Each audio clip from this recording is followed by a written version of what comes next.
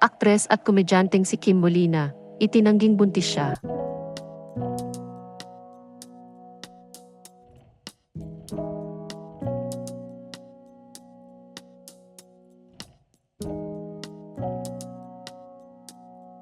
Pinabulaanan ng aktres at komedyanteng si Kim Molina ang kumakalat na chikang buntis siya sa unang anak nila ng fiancé niyang si Gerald Napoles.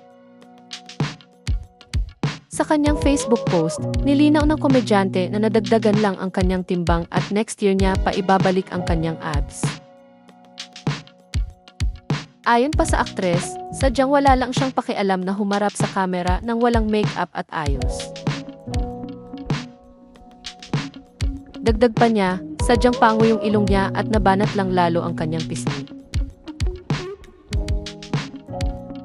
Anya, kaloka. Sa mga nagsasabi na buntis ako, tumaba lang ako, okay. Sadyang wala lang din akong pake humarap sa kamera nang walang make-up at ayos.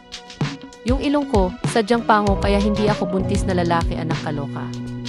Nabanat lang lalo sa pisngi kasi nga tumaba, ganyan na yan since birth. Sa comment section ng kanyang post ay sinabi ni Kim na kung buntis man siya, ay kaya niya na at nasa tamang edad na rin siya upang magbuntis. Sinabi rin ng komedyante na pilit siyang inunahan ng mga netizens mula sa kanyang engagement sa kanyang fiancé hanggang sa napapabalitang pagbubuntis niya. Kaya naman pinaalalahanan niya ang mga tao na huwag pangunahan ang kanyang matres. Sa dulong bahagi ng kanyang post ay sinabi niyang pagkain lang ang laman ng kanyang tiyan. Anya, at kung buntis man, ano ngayon kaya ko na at nasa edad na ako. Pero please lang wag niyo pangunahan matres ko, pwede ba? Nung hindi pa kami engaged ni Jay, pati una kayo may plano ngayong tao. Tapos ngayon pati pagbubuntis ko kesyo tinatago ko raw. Hay Diyos ko, Fos, pagkain laman ng tiyan ko ngayon, okay. Mind your own ice cream.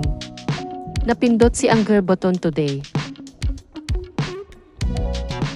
Matatandaang noong August 2024 lamang nang ma-engaged sina Kim Molina at Gerald Napoles.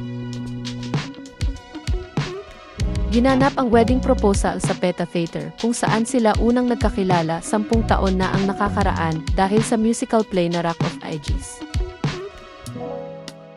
Ibinunyag naman ni Gerald sa panayam sa Pika-Pika na 4 na beses siyang sumubok na alukin ng kasal si Kim bago siya mag-organize ng bonggang wedding proposal sa PETA Theater.